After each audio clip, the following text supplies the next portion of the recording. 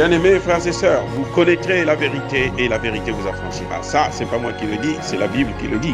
Mais moi, je vous dis mieux. Vous connaîtrez la vérité historique, notamment celle de vos ancêtres kémites, et vous aurez une vision globale de ce que c'est que la vraie souveraineté politique. J'ajoute, vous reviendrez à la spiritualité africaine ancestrale et vous comprendrez les enjeux de l'indépendance économique. Et pour terminer, vous accepterez votre identité culturelle kémite et vous obtiendrez deux choses. La première, c'est la paix. La seconde, c'est le développement, à une condition. L'unité de toute l'Afrique noire, l'unité de tous les Noirs du monde entier. Otep à tous, bienvenue sur la chaîne des panafricanistes par essence, par conviction et par excellence. Celle des citoyens kémites par nécessité et obligation de combat. Nous sommes une chaîne qui n'est guidée que par nos ancêtres et rien que par les ancêtres qui appartiennent à l'égrégore du monde noir. Par conséquent, nous ne croyons en aucun Dieu venu de l'étranger. Toutefois, cette vidéo n'est aucunement destinée à inciter à la haine ou à la violence, car nous menons un combat qui est d'abord et avant tout spirituel, intellectuel et démocratique.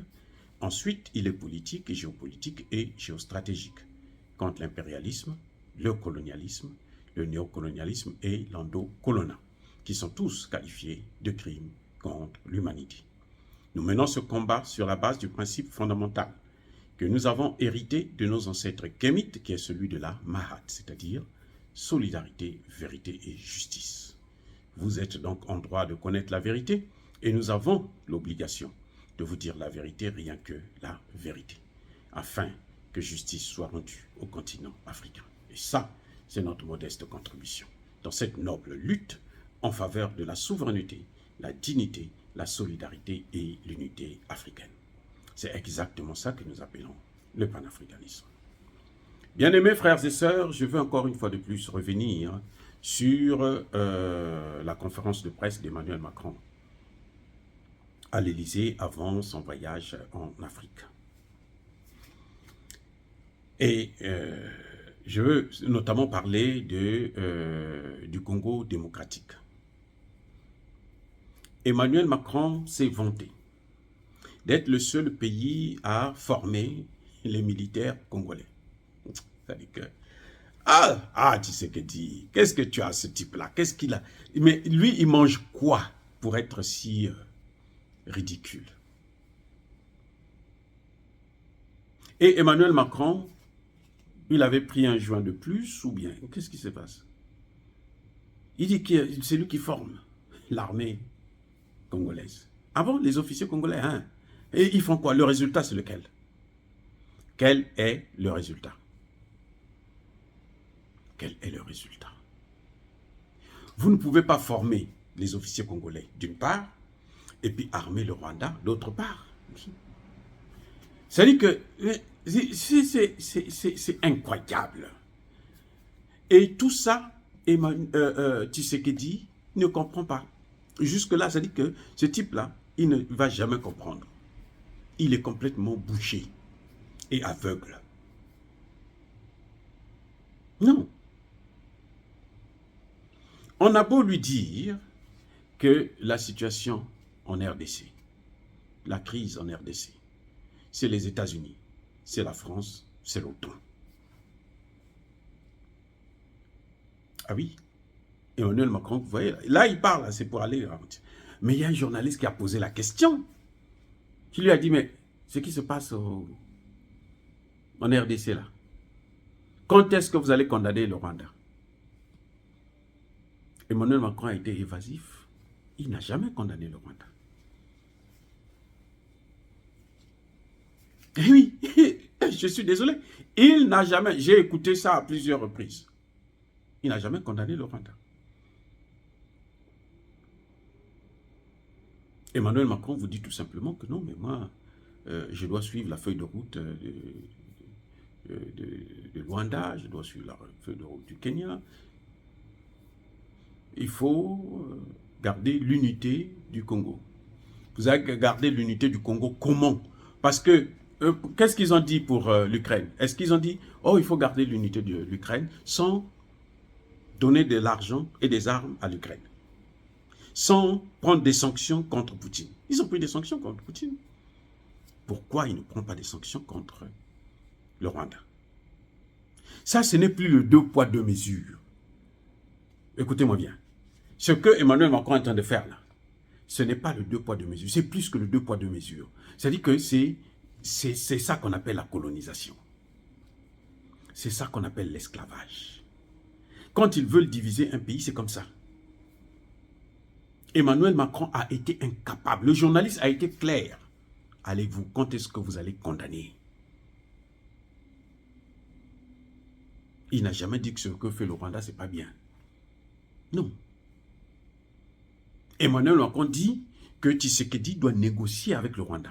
Or, dans les circonstances actuelles, s'il négocie, s'il s'engage pour la négociation avec le Rwanda, vous savez ce qui va se passer?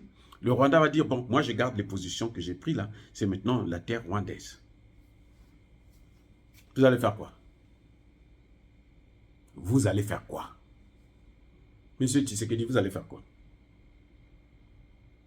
Donc, ce langage, dire que négocier, même les pays africains, l'Afrique de l'Ouest, là, on a négocié.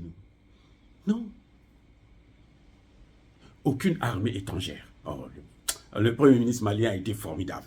Il vient de le dire là au Burkina Faso. Il dit personne ne viendra vous aider. Personne ne viendra vous sauver. Personne ne viendra vous libérer.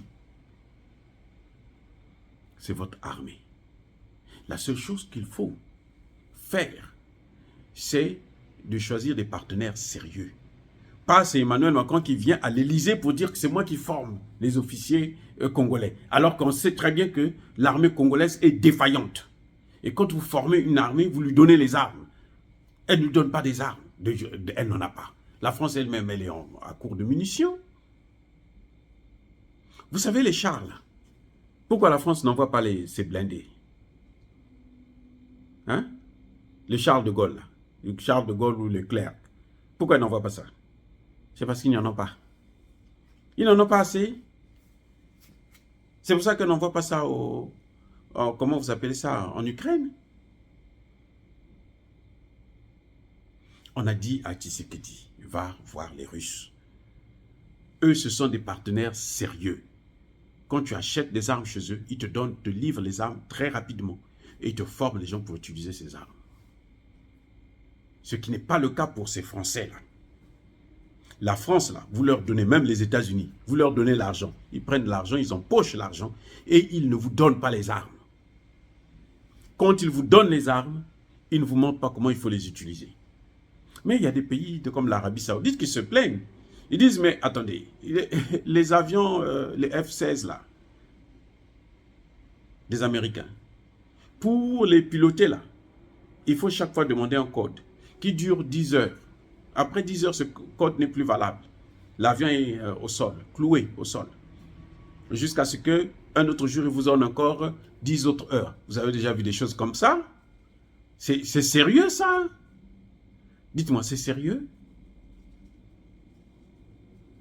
Voilà. Donc, c'est à Tshisekedi de prendre ses responsabilités. Quand les pays de l'Afrique centrale disent qu'il faut négocier, mais c'est le principe que tout le monde dit. Mais quand on veut vous aider là, ce n'est pas le conseil qu'on va vous donner. On va vous dire non, allez-y acheter les armes. Mais le Premier ministre Choguel l'a dit. Achetez des armes, armez-vous, équipez, et puis c'est tout. Et vous faites le travail. Donc si Tshisekedi attend que les pays comme le Kenya, l'Ouganda, qui font partie bien sûr de la partition, ils sont là dans cette même musique.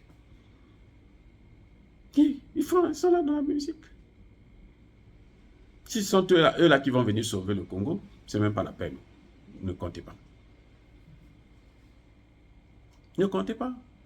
Ne comptez pas sur eux. Donc si Tshisekedi veut la paix au Congo démocratique, dans l'est du Congo démocratique plus précisément, il n'a qu'à faire venir les partenaires, les mercenaires. En Ukraine, là, les Russes ont Wagner. Les Ukrainiens ont aussi leurs mercenaires. En Ukraine. Et pourtant, les Ukrainiens ont le soutien de tout l'OTAN. Tous les pays de l'OTAN envoient des armes, de l'argent et tout. Mais des hommes même. Mais ils ont aussi leurs propres mercenaires. Donc, c'est comme ça que ça se passe. Vous avez une armée qui est défaillante, qui n'arrive pas à régler le problème. Prenez les mercenaires. Qu'est-ce que vous attendez? Vous attendez qu'on occupe le pays, après vous allez faire la guerre inutile, et puis ce sont les mêmes, les Français là seront les premiers à dire la violation des droits de l'homme. Surtout que ce sont eux qui forment vos militaires, et ils les forment. Et les Français ont commencé à former les militaires africains là depuis combien d'années? Depuis les indépendances qui sont là, non? Enfin, il y a un seul pays africain là qui a une armée respectable, en dehors de l'Algérie maintenant et tout. Mais sinon, le Gabon, Congo, Cameroun, bon, le Cameroun se débrouille un peu depuis qu'ils ont des accords avec les Russes, mais ceux qui sont avec les Français, il n'y a rien, ce n'est pas des armées, ça. Et maintenant, ils sont en train d'amener Al-Qaïda. C'est-à-dire qu'on prend les Arabes là, qui viennent pour venir faire le boulot pour les Occidentaux. Et ça, c'est dommage. C'est dommage que Tshisekedi n'arrive toujours pas à comprendre. Mais hélas, que voulez-vous? Dire cela, c'est inciter à la haine ou à la violence? Non, je persiste et je signe. Soyez bénis, abondamment bénis par le Dieu des Kémites. Mais que tous ceux qui persécutent le continent africain, tous ceux qui le pillent et le déstabilisent, qu'ils soient maudits, qu'ils soient foudroyés, qu'ils soient punis, qu'ils soient neutralisés par le Dieu des Kémites et par nos ancêtres angélisés, quelle que soit la couleur de leur peau, qu'ils soient noirs, blancs, chinois, russes ou machin quoi, tant pis. Ils doivent payer le prix. Vive l'Afrique éternelle. J'ai dit et j'assume.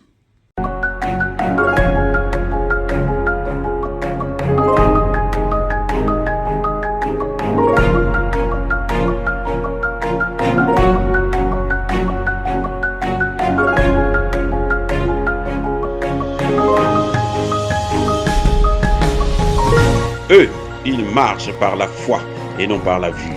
Mais moi, je vous conseille vivement de marcher par la connaissance scientifique et historique, notamment celle de nos ancêtres kémites, par les 5 sens et par l'intelligence. Abou Abia.